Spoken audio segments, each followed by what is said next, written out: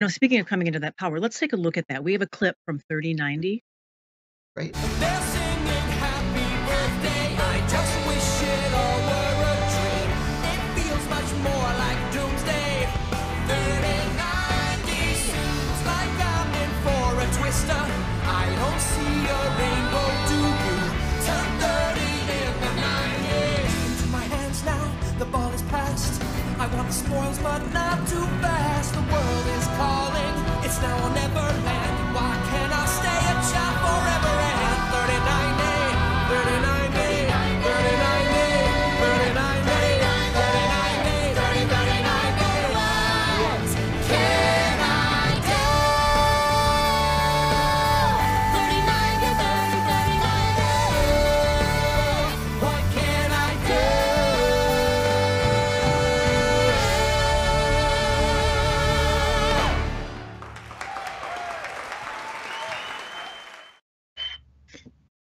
Even in this screenplay, yeah, you do. You want to cheer, you want to stand up and applaud.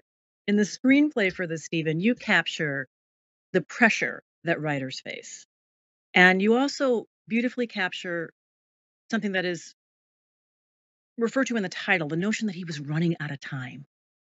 That something was on his back, and we see that in the story of his friends who are dying of AIDS, but also this sense that I'm about to be 30, that it's all going to be over.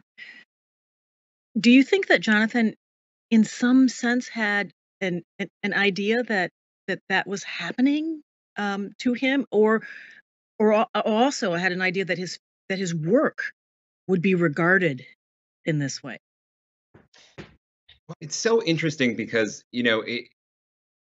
I've said it before. It feels like we came up with the title "Tick Tick Boom" to be ironic. You know what I mean? After the Mm. fact, like, oh, wouldn't it be interesting if this young composer knew he was running out of time? But we didn't come up with any of that. None of that is from us. That's all John. John wrote a show called Tick Tick Boom. John is the one who was obsessed with this idea of running out of time, and we just put that on screen. So clearly that he did feel that. And I've thought a lot about it, and the temptation, I think, is to say, oh, he did have some kind of prescience. He did have some sense that his time here was limited. And I think that what I've come around to think more is that he knew that all of us have limited time.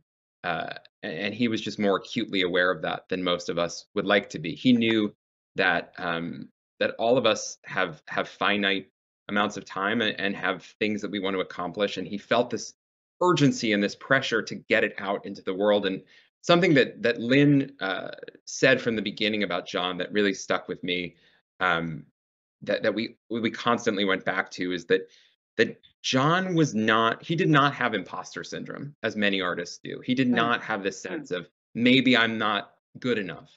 That was never his problem. His problem was, what if the world doesn't recognize what I have? What if I put it out there and they don't see how special it is? And what if I don't have enough time to get it all out there?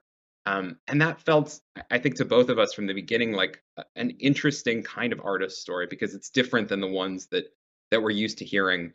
But I do think it's Lynn and I from the beginning were very keen to get that sense of the clock ticking, to make that feel very visceral, and to make that in a way that you can do on film. You can feel like you're inside of a character's head and inside of this conundrum of the clock ticking, and is he going to be able to get this story out into the world fast enough? Yeah, he had vulnerability, but there's this wonderful moment where the director who's helping fund the workshop kind of leans in and says, "Okay, you were right." And he doesn't. He just says, "I know, of course I Yeah. was right. I understand what I bring." I want to ask you also about the diner scene, which is so interesting because it's built around a song called Sunday, which seems like it's an homage to Stephen Sondheim and Sunday in the Park with George. And it is, in this rendering, an homage to Jonathan Larson, because as you're watching it, you're like, oh, there's Cheetah Rivera. And it seems like every major